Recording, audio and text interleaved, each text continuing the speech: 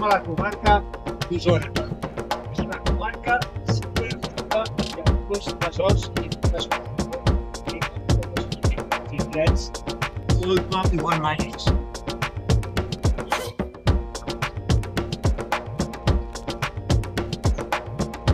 Avui farem el Puig del Far, uns 100 cims realment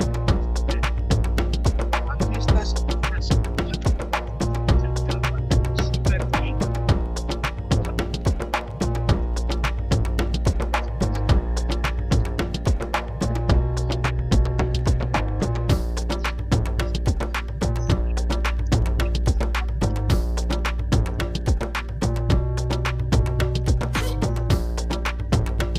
No.